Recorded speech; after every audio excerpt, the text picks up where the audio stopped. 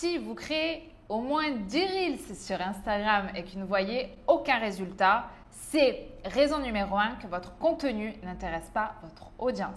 Ce n'est pas la faute de l'algorithme, mais c'est la faute à votre contenu. L'avantage, c'est qu'on peut régler ça très vite. Ce qui se passe en fait, c'est que c'est sûrement une erreur de stratégie de votre part. Il est possible que vous n'ayez jamais vraiment travaillé sur votre stratégie de contenu sur Instagram parce que oui, sur Instagram, on ne poste pas comme ça de manière spontanée si l'on veut développer sa visibilité sur le long terme, mais il faut vraiment travailler en profondeur sur sa stratégie. Une des raisons pour lesquelles votre compte Instagram ne se développe pas et que vous ne parvenez pas à atteindre de nouvelles personnes, c'est que votre contenu, vous ne savez pas vraiment à qui l'adresser. Vous ne savez pas vraiment quel type de personnes vous souhaitez attirer avec vos offres. Si vous créez du contenu qui ne résonne pas avec votre audience, qui ne la touche pas émotionnellement, en fait, les personnes, elles vont être moins engagées.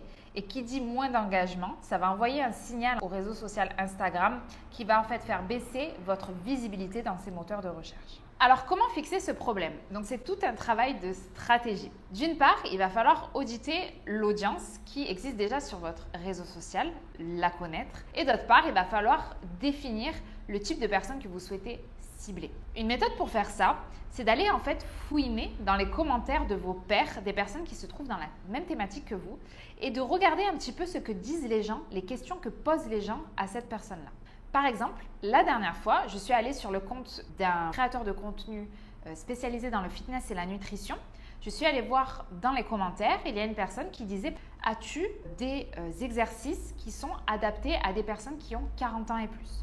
Donc vous, si vous êtes dans cette thématique-là, ça vous aurait donné une idée du type de contenu à créer pour ces personnes. Ici, je pense par exemple à Enforme Yvonne, qui est une marque spécialisée 40 ans et plus et qui veulent faire du sport et prendre bien soin de leur santé. Elle aurait très bien pu contacter cette personne et lui dire moi, je peux créer du contenu pour toi à ce sujet-là. Et de cette manière-là, elle aurait gagné un potentiel prospect pour ses offres. De faire ce type de recherche-là, ça va vous donner des idées sur le type de contenu à créer, mais surtout, comme ici avec cet exemple de Thibaut Geoffrey qui ne propose pas des contenus pour des femmes qui ont 40 ans et plus, ça va vous montrer où se trouve le manque, où est-ce que finalement le créateur de contenu ne peut pas répondre à la demande, ne peut pas répondre aux besoins.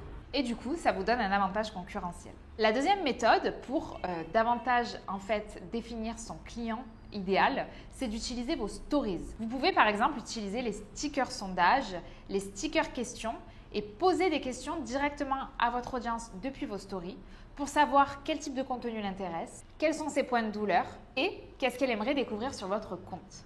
Vous pouvez aussi, une fois par an, envoyer une newsletter avec une newsletter un peu sondage à toute votre base d'inscrits email et leur poser des questions un peu plus poussées, des questions démographiques, des questions finalement sur leur profil, sur les plateformes qu'ils utilisent et sur le type de contenu qu'ils aimeraient avoir de votre part. Pour davantage connaître aussi vos clients idéaux, vous pouvez faire et d'ailleurs je vous le conseille, des interviews soit dans la vraie vie, soit des interviews via Zoom. Je vous conseille vraiment d'avoir les gens en face à face. C'est ce que j'ai commencé à faire récemment. Ça va vous donner des pépites, vraiment des réponses à tout ce dont vous avez besoin pour créer du meilleur contenu.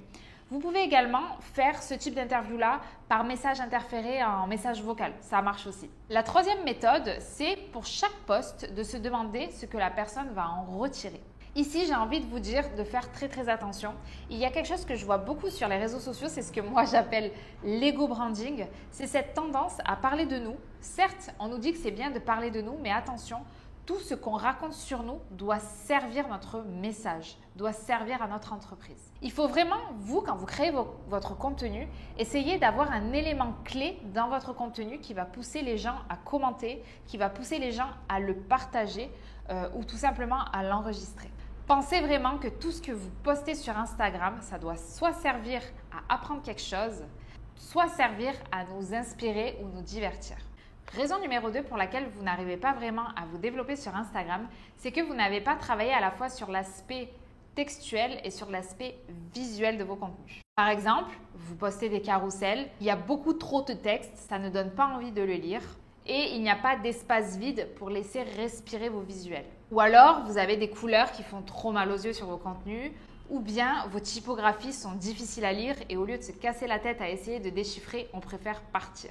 Ou alors, vous postez un reel, mais la vidéo, elle est pixelisée. Ou encore, vous mettez du texte sur votre reel, mais on n'a pas le temps de lire parce que le texte, il part trop vite.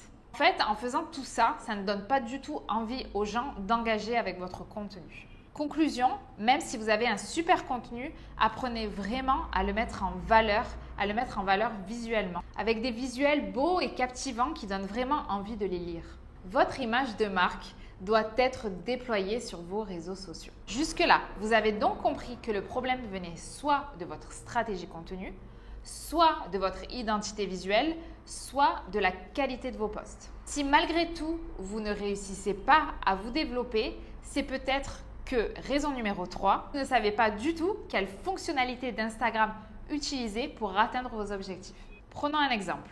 Votre objectif, on va dire que c'est celui de développer votre visibilité et de vous faire connaître par des gens qui ne vous suivent pas encore. Ce que vous allez faire, c'est que vous allez davantage mettre le focus sur les Reels que sur les carousels par exemple. Vous allez davantage utiliser cette fonctionnalité-là d'Instagram, la fonction Reels, plutôt que la fonction carousel. Puis, pour booster encore plus la visibilité du Reels, vous pouvez, en plus de ça, utiliser un audio tendance, ce qui vous permettra d'avoir plus de vues. Si votre objectif, ce n'est pas la visibilité, mais c'est de renforcer le lien avec votre communauté.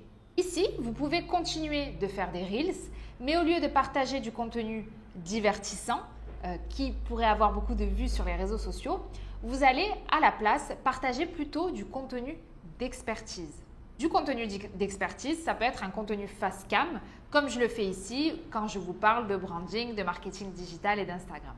Vous, ça va vous permettre en fait d'aller plus en profondeur sur un sujet et de bâtir vraiment votre autorité dans votre domaine.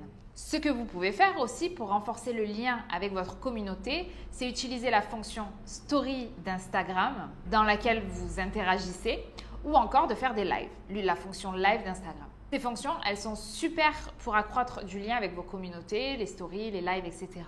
Et donc renforcer le lien d'appartenance avec votre marque au fil du temps.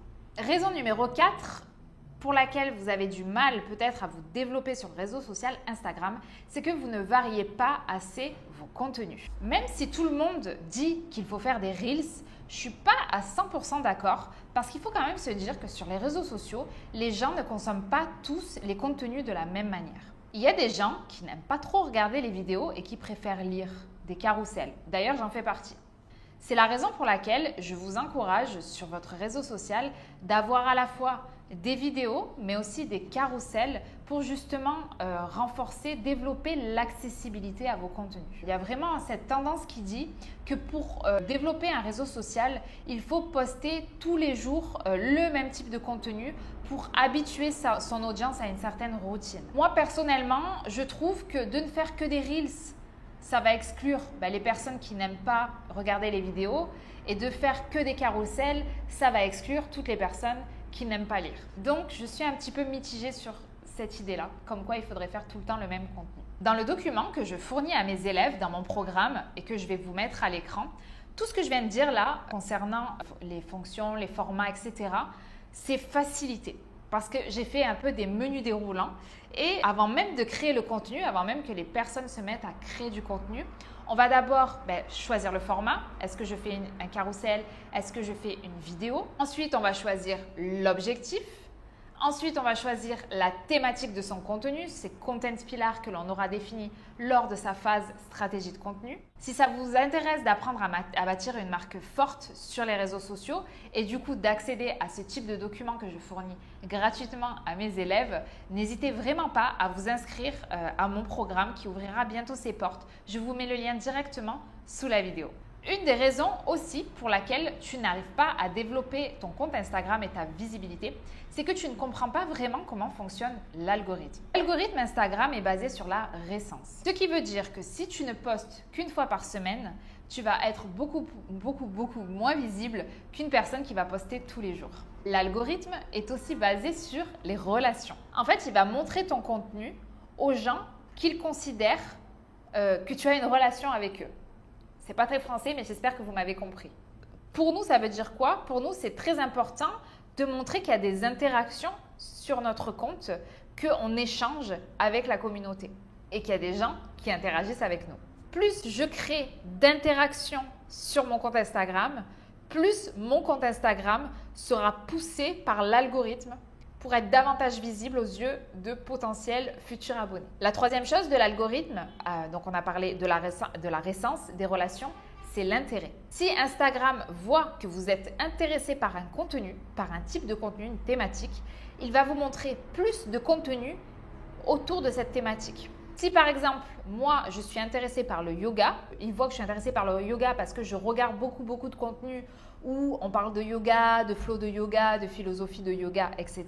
Instagram, ce qu'il va faire, c'est qu'il va me montrer beaucoup plus de contenu autour de l'univers du yoga. Ça veut dire qu'il faut apprendre à bien catégoriser nos contenus afin que l'algorithme pousse nos contenus sous les yeux des bonnes personnes, celles qui sont vraiment intéressées par la thématique qu'on est en train de proposer. D'où l'intérêt d'avoir bien défini ces content pillars, ces piliers de contenu, et d'être constant et régulier autour de ces thématiques que l'on aura préalablement choisies. Et c'est aussi du coup intéressant de mettre des mots-clés dans son contenu, dans ses carousels, dans ses hashtags, pour encore plus décupler sa visibilité. La dernière chose que l'algorithme va mettre en avant, c'est le format vidéo vertical. Donc l'idée, c'est de réussir, même si vous variez vos formats et que vous ne faites pas que des vidéos, mais par exemple, ce carrousel-là que vous avez créé, vous allez pouvoir le transformer en vidéo. Comment on fait ça? Vous pouvez très bien tout simplement lire votre carrousel en vidéo face cam et de cette manière-là, vous faites un format vidéo qui va être vachement poussé par l'algorithme et encore plus dans les mois qui arrivent. Ce que vous pouvez faire aussi pour faire davantage de contenu vidéo, c'est au lieu de poster juste une photo statique, comme on avait l'habitude de le faire jusqu'à maintenant, pourquoi ne pas poster votre photo au format Reel ou alors poster plusieurs photos à la suite au format Reel. De cette manière-là, vous faites un contenu vidéo et ça va être encore plus poussé par l'algo. C'est la raison pour laquelle il est très important de connaître les règles du jeu, de connaître les règles du jeu de l'algorithme Instagram, mais pour pouvoir nous jouer avec ces règles et les mettre à notre avantage. En parlant d'algorithme, je vous suggère de regarder cette vidéo dans laquelle je parle des hashtags sur Instagram. En attendant la prochaine vidéo, je vous souhaite une très belle journée. Namasté, prenez bien soin de vous et à très vite.